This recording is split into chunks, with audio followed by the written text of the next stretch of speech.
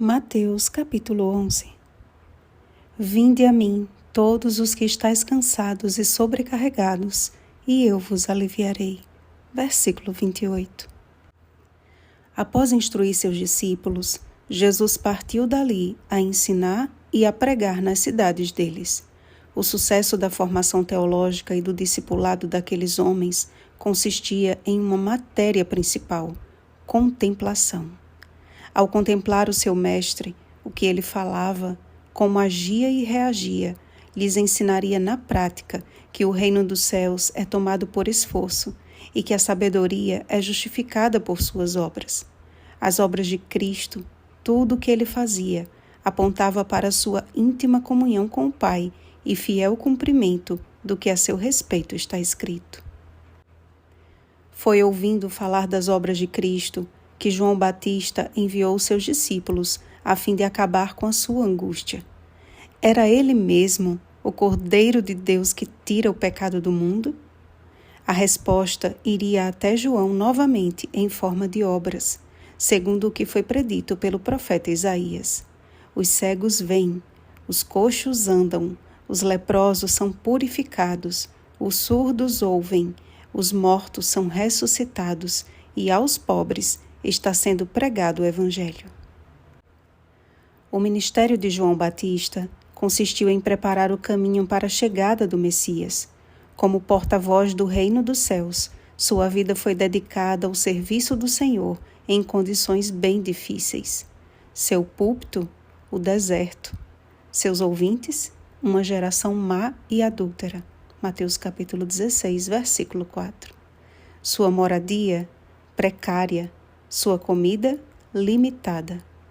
Pode-se dizer que João foi considerado por muitos como um lunático no deserto, mas o que importava a opinião da maioria comparada à opinião do próprio Jesus? Em verdade vos digo, entre os nascidos de mulher, ninguém apareceu maior do que João Batista. Pelo poder de Deus, o deserto da Judéia se tornou em manancial, pois que de João jorrava uma fonte para a vida eterna. João capítulo 4, versículo 14. E dentre os que creram em Jesus e o seguiram, estavam muitos que aceitaram beber desta fonte e inundar a vida de outros com as boas novas do Evangelho. As obras de Cristo, porém, nem sempre obtinham o resultado esperado. Jesus citou, por exemplo, algumas cidades nas quais ele operara numerosos milagres, mas que não se arrependeram de seus pecados, ou seja, não houve transformação, não houve mudança. Isto significa que o que Jesus opera na vida de alguém requer uma resposta, um resultado. Arrependimento, confissão e conversão são elementos inseparáveis. Muitos são impactados e ficam maravilhados com o que Cristo realiza em suas vidas, mas não passa disso. Uma emoção motivada pela necessidade de bênçãos materiais, que, quando alcançadas, ao invés de levá-los para mais perto do Senhor, se tornam verdadeiras pedras de tropeço, afastando-os cada vez mais da fonte de toda a vida. A verdade é que menos rigor haverá no dia do juízo para com as antigas cidades impenitentes do que para com aqueles que agem desta forma. O que João pregou no deserto e Jesus confirmou em seu ministério é uma mensagem tão clara e simples que aos pequeninos foi revelada, ao passo que aos sábios e instruídos foi ocultada pela dureza de seus corações. Se conhecer o Pai implica em primeiro conhecer o Filho, ir até Jesus e permanecer contemplando-o é tudo de que precisamos.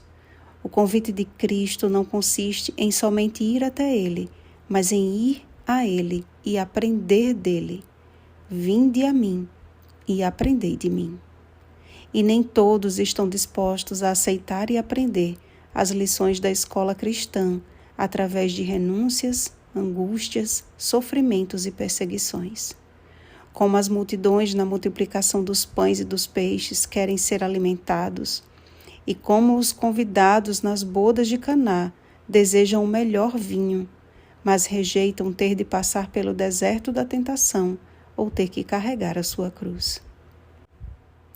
Quando vamos até Jesus, Descobrimos que o caminho estreito é difícil, mas que nele, ou seja, em Cristo, tudo se torna mais suave e mais leve.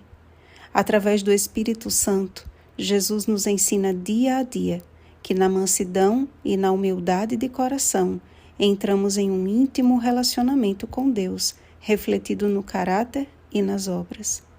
Desde os dias de João Batista até agora, o reino dos céus é tomado por esforço.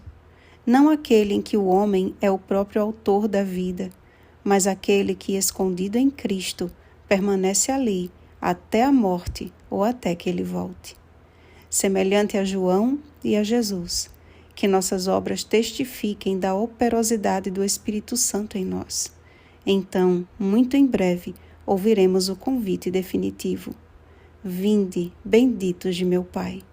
Mateus capítulo 25, versículo 34. Oremos, amados.